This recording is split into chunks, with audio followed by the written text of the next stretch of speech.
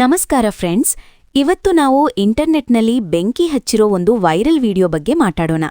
ಈ ವಿಡಿಯೋದಲ್ಲಿ ಒಬ್ಬ ಟೂರಿಸ್ಟ್ ಮಂಗನ ಜೊತೆ ಮಜಾ ಮಾಡಕ್ ಹೋಗಿ ಸಖತ್ತಾಗಿ ಏಟು ತಿಂದಿದ್ದಾನೆ. ಆ ಮಂಗ ಹಾಕಿದ ಒಂದು ಪಂಚ್ಗೆ ಆತ ಹಾರಿ ಹೋಗಿ ಬಿದ್ದಿದ್ದಾನೆ. ಬಟ್ ಈ ಇನ್ಸಿಡೆಂಟ್ ಹಿಂದೆ ಇರೋ ಸೀಕ್ರೆಟ್ ಏನ್ ಗೊತ್ತಾ? ನಾವೆಲ್ಲ ಅನ್ಕೋತೀವಿ ಮಂಗಗಳು ಸುಮ್ನೆ ತಮಾಷೆ ಮಾಡ್ತವೆ ಅಂತ, ಆದ್ರೆ ರಿಯಾಲಿಟಿ ಬೇರೆ ಇದೆ.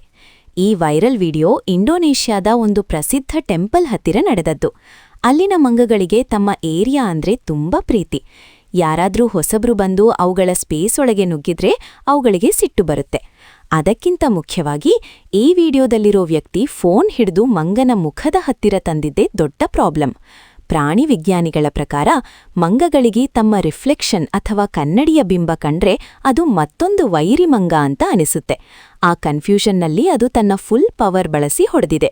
ನಮಗೇನೋ ಇದು ಕಾಮಿಡಿ ಅಂತ ಅನಿಸುತ್ತೆ, ಆದ್ರೆ ಆ ಮಂಗನ ಪಾಯಿಂಟ್ ಆಫ್ ವ್ಯೂನಲ್ಲಿ ಅದು ತನ್ನನ್ನ ತಾನು ಸೇಫ್ ಮಾಡ್ಕೊಳ್ಳಕ್ಕೆ ಮಾಡಿದ ಅಟ್ಯಾಕ್.